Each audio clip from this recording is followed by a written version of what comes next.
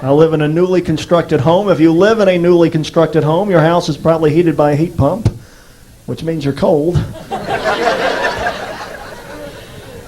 I wish our air conditioner blew this much chilly air into the house.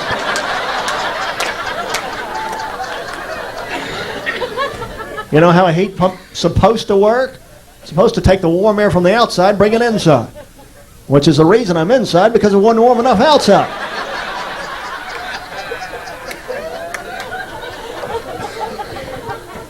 A heat pump can heat your house on a warm day.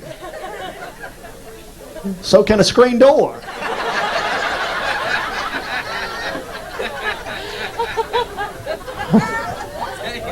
We turn ours on in the summer. Now all the warm air is inside, we can go out and play.